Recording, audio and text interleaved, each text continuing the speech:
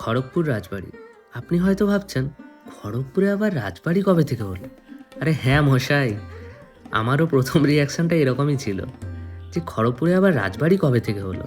তো তারপরে একটা বন্ধুর থেকে জানতে পারলাম যে হ্যাঁ সত্যি খড়গপুরে একটা রাজবাড়ি বলে রেস্তোরাঁ খুলেছে। তাহলে আর দেরি কেন, আমরাও আজকে লাঞ্চটা সেরে ফেলার জন্য খড়গপুর রাজবাড়িতে চলে এলাম।